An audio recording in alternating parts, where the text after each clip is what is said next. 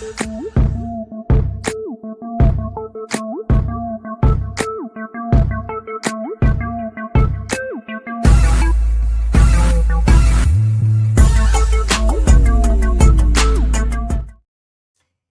what's up? Hey, what's up, everybody? Welcome to the Unnatural Mom. I'm your host, Tam Anderson, and it's been a minute since I have been here. I had a very long hiatus, just getting myself together, getting a little bit of R&R, because you know what? Life be lifing. But I'm back. And welcome to the Unnatural Mom Podcast. And if you're new here, this is a space where we talk about motherhood, the kind that doesn't always follow the traditional script. Adoption, foster care, step parenting, special needs, surrogacy. We honor the women whose motherhood stories didn't always fit, but are no less powerful, no less sacred. Today's episode, woo, we are going there. We are talking about discipline, and specifically disciplining a child you've adopted who also has special needs or a traumatic brain injury. Because listen, there is a tension here, a tension between wanting to guide your child and teach them right from wrong, and also wanting to protect them, understanding that their brain, their emotional regulation, their attachment, their hormones can all look very different. And sometimes it's hard to tell what's what. Is this behavior because of a TBI? Is it because of trauma? Because of sensory overload? Or is this just a teenage moment like all teenagers have? But as a mom, a non-traditional mom, a natural mom at that, the pressure is real and the guilt can be loud. So we're going to talk about it. So I remember the first time that I tried to discipline my son the same way that I grew up. Firm voice, clear consequences, and he completely shut down. I mean, completely shut down. And I'm also talking about sometimes you have to do a little tap. Sometimes you got to do a little tap, but it was not effective. So it's like, what do I do? It's like the lights turned off behind me. So I remember thinking, this is not going to work. This is not the same situation that I grew up in. So I cannot parent him in the way that I was parented. And then I remember the opposite moment too, like when I was like, I went too soft, where I gave grace because I wanted, not him to be scared and break him. And he learned real quick, oh, mama's not going to hold that line. So I sat there like, okay, now I feel guilty either way. I'm not strict enough. I'm too strict. Not sure if I'm helping or if I'm harming. And if you guys can relate, if you can relate to this, just let me know, because I know I'm not the only person who's been there. So here's what I had to learn about this whole situation is that, and actually I'm still learning it to this day, every day, that discipline is not about punishment. It's about teaching. And for our kids with trauma histories, kids with brain injuries, kids who process the world differently, discipline has to be relationship first. Connection first, safety first, structure next. Because you cannot teach a child who is in fight or flight. You cannot correct a child who does not feel safe. And safety for our kids is not just physical, it's emotional, it's neurological. So we have to ask ourselves, what is this behavior protecting?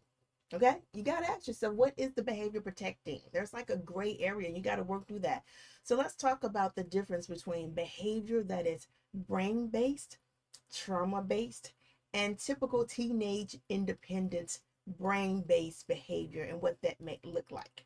So impulsive control struggles, difficulty switching tasks, emotional outbursts that seem to come out of nowhere, forgetting something that you just or that was just explained.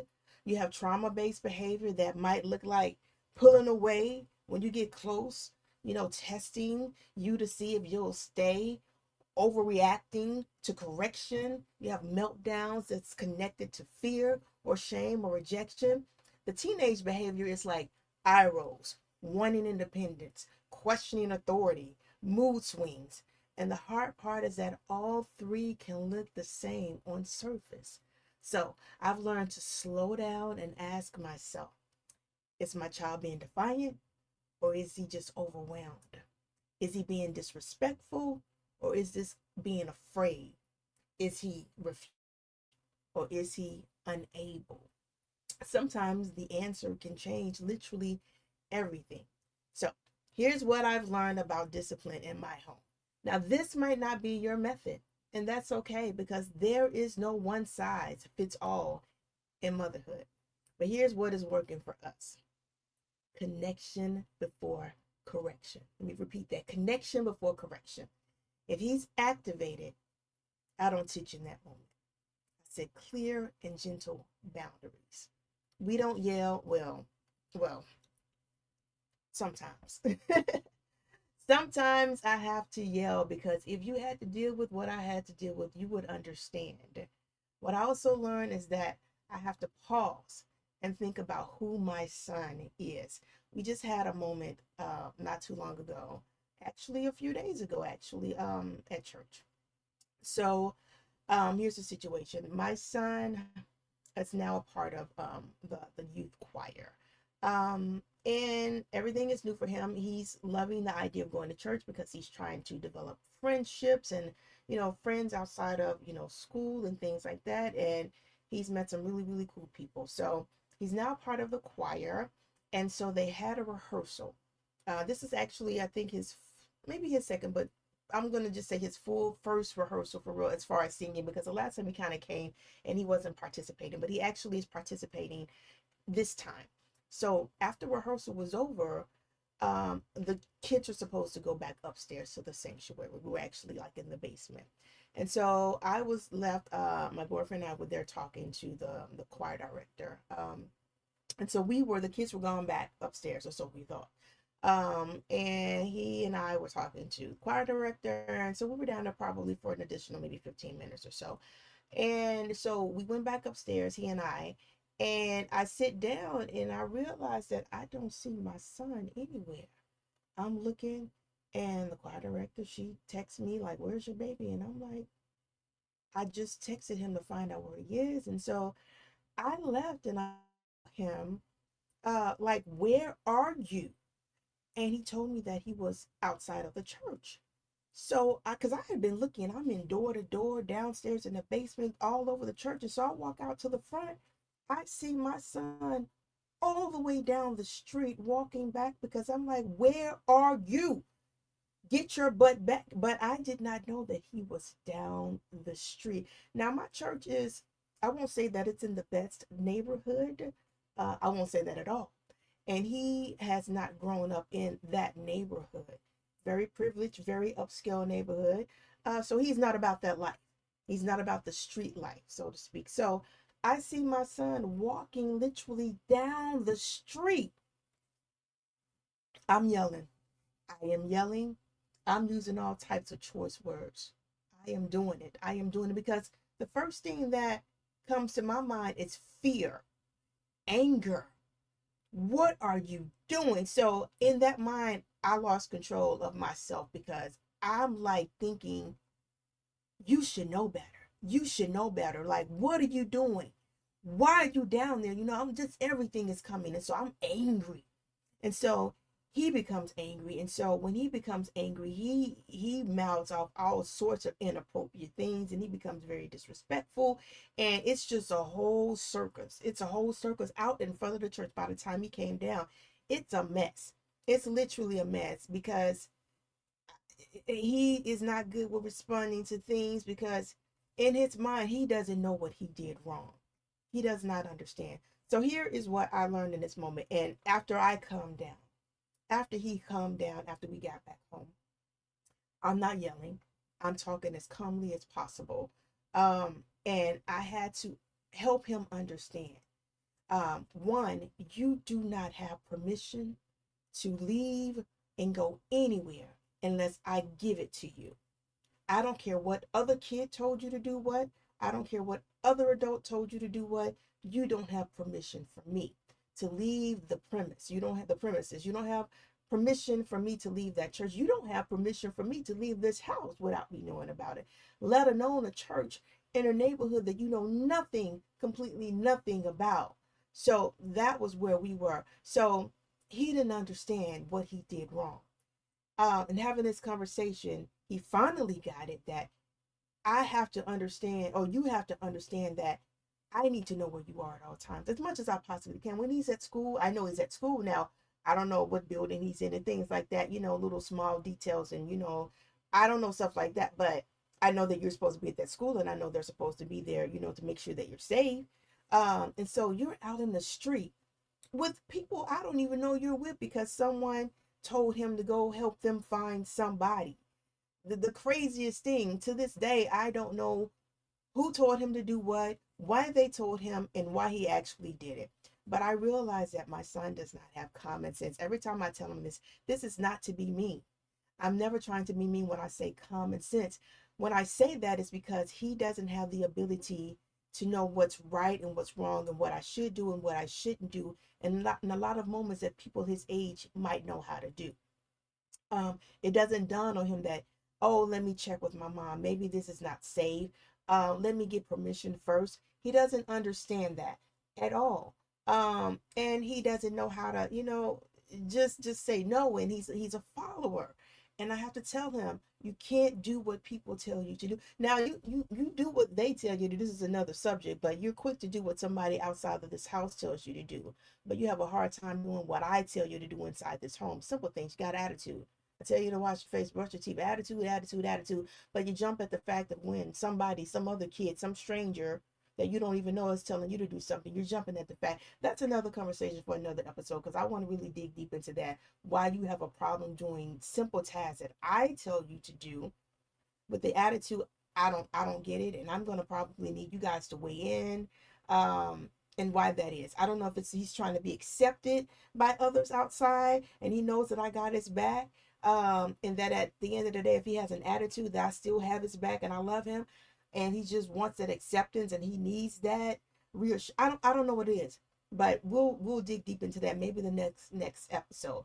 But he doesn't have the street smarts nor the common sense to know how to do certain things. So we finally got that understood, but I had to come down and realize that, man, he just doesn't get it. He just doesn't know. His brain doesn't allow him to realize that that's not a very smart choice.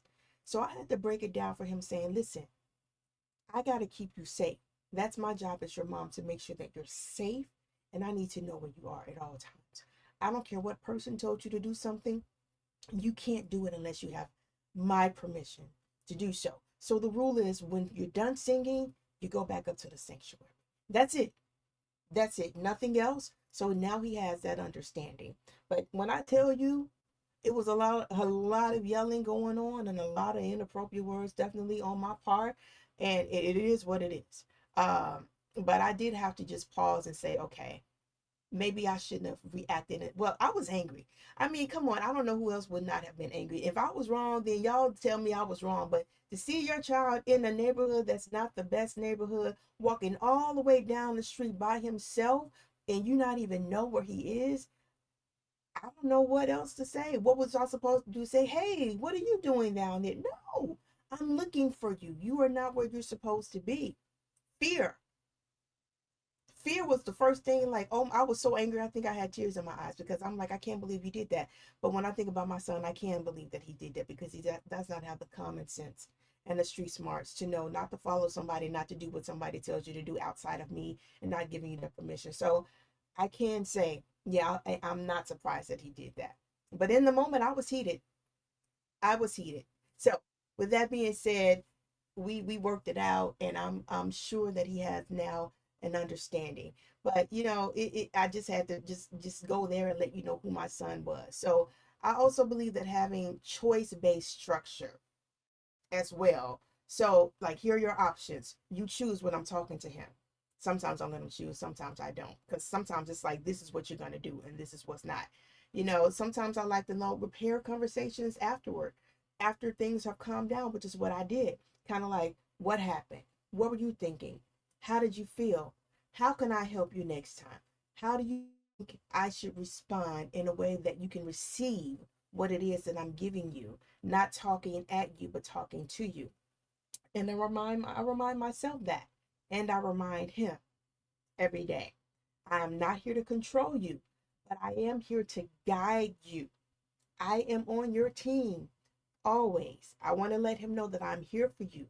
I am on your team. We are Team Anderson. We got this. We are in this together, right? You're not by yourself. So I want to tell every mom out there, if you're listening, and if you felt confused, and if you wondered if you're doing it wrong, who's cried after the door closed? Me, I've had many, many tears after, I've closed the door, after he's gotten off of the car for school, because sometimes I can't deal with the attitude and the back and forth and the disrespect, and I try to be like, is this just you just being disrespectful on purpose? Is this you being a teenager? Are these your hormones? Or is it just you being a little asshole?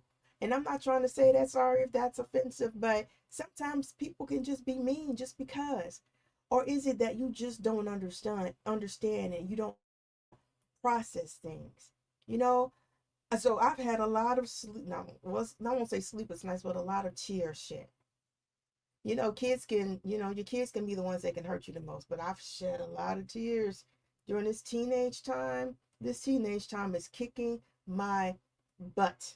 And sometimes I'm thinking like, man, it's just me. It's just me. But then I talk to a lot of other parents who have teenagers and they're like, no, they are horrible. My son is this and my daughter is that. And I'm like, wow, how do you deal with it? I love him. He just had a birthday, just turned 14. And I was so angry that I'm like, because for my birthday, he didn't even say happy birthday because he didn't even, this is what he didn't understand. Because we celebrated like a couple of days before, he thought that was it. So it did not dawn on him that, hey, today it's my actual birthday. It would be nice to say, happy birthday, mommy. I love you. He does call me mommy, but he may say out in the world, mom. But happy birthday. I love you. Here's something I made for you. Here's something that I bought for you. I feel like he thinks about others in that way more so than me. I feel like sometimes I'm last on the list. I do. I have to be very, very honest. And I don't know why that is. I don't know. Maybe he just thinks that I'll just be here and it is what it is. Um, I don't know. It's very hurtful. And I've expressed it to him. And I also understand that sometimes you have to teach your kids, you have to teach people how to treat you. Um, you do. And he doesn't understand sometimes, but I know he has a very kind heart, a very thoughtful heart to other people. I just think that I may be last on the list sometimes, and it doesn't feel great. It doesn't, to be not be thought of in that way. Especially when I go out of my way to always think about him and do the best, for him and making sure that he's living the best life possible, way better than I ever lived. And, I feel like he's very privileged, and very, ungrateful, to a lot of things because this is all he knows. This is his life. He has the best of everything, and I feel like it's a very ungrateful thing, a very privileged thing, and I kind of get the short end of the stick, and it kind of sucks. He has great days, but he has a lot of bad days in regards to the treatment that I get. And so a lot of the discipline comes from, taking away devices, that phone and that iPad and those headphones, and that PS5. Those are the devices. Those are the things that he loves the most. And I do have to take those away often. And sometimes I just, starting out my day because he has this thing in which he becomes obsessed with things. Obsessed to the point that he talks about it over and over and over and over and over again. And it could be something, I can give you an example. Weather. That's a big thing for him right now. He can't understand why it rains so much. Uh, and if it rains, it's just a bad mood for him. It's just complains, complains, complains. He can't understand it. I've explained it. I've explained weather. I've explained how it works. I explained that, sometimes it rains, sometimes it doesn't. Sometimes it's cold, sometimes it's warm, sometimes it's hot. The weather can change every hour, every minute. You really kind of never know. But the rain and the coldness is something that he just can't stand, and he doesn't understand why it happens here. and as much as it does. And so he goes on and on and on. When I say on and on and on, days on days on days on days on days about the same thing. I've explained as much as I possibly can explain, and maybe not, I'm not explaining so he can fully understand. I thought that I was, and maybe it should come from someone else. I don't know. I'm definitely looking at options as far as therapy, and he definitely needs it to speak to someone outside of me who can probably understand why he responds to things in the way in which he does. I don't know. I can't get it, but I know that I've explained the weather for a month. And now, after a month and a day, I'm tired of talking. I told you, it rains. It's okay. Do you have something that you need to do outside that's preventing you from doing it because of the rain? No. Your school is inside of a building. Your house is inside of a building. Um, you have a raincoat. You have an umbrella. Do you have some outdoor activity that I don't know about? How is the rain really affecting you in this way, and why are you so obsessed with it? So it's this obsessed behavior, and that's just an example, but it can be anything. And he would go on and on for months. I mean, an example of why his hair, when he goes to sleep and he wakes up, he has dreads right now. And I actually cut them off a couple of months ago because he got on my nerves. He wore me out talking about the dreads because they weren't long enough. He, in his mind, felt that if he would go to sleep, he would wake up and the dreads would be from here to down here. And he could not understand that hair is a process and it grows how it grows. He couldn't get it. And when you're talking about the same thing for months, you get tired. I don't want to hear about it. Stop talking to me about it. I've explained hair. I've explained how it grows, why it grows. I've explained texture. I've explained why you are not Samoan and your hair doesn't look like that, and why your hair looks like this. These are all the questions that he's asking. I've explained it. I've explained it over and over and over again. I don't know what else I can do. And you still don't understand. So now I'm tired. Now I don't want to hear it anymore. But he will go on and on. And so when I say I don't want to hear it and you still want to talk about it, now I'm frustrated. So now it's like, don't talk to me about it anymore. So now you have an attitude. And so then that's when things go downhill. And so now you become disrespectful. And now I have to take things away. Now it's go to your room. Now it's shut your mouth. So I'm just trying to figure out what I can do on my end to better handle these types of situations. Should I just continue talking about it over and over again? The same thing, I've explained it and he doesn't understand. He's not satisfied with the answer. He doesn't, like what I'm saying. And it's because it's not what he thinks it should be. It just happens over. Like, what am I supposed to do? Just keep talking? Like, that's exhausting. It's exhausting. And then when you have an attitude associated with it, it's even more exhausting. So if you guys have experienced something like that, let me know what to do. Am I doing it wrong? Should I just be like, I don't want to hear it? Stop asking me. This has been 3 months already. I've explained it. You don't understand. What am I supposed to do? And should I just keep trying to explain it for a year? Like, what do I do? If you know and you've experienced this, and if you're a therapist or something, let me know. Because I'm feeling miserably at that part, because I'm like, I don't want to hear it. Stop asking me. Do not ask me anymore.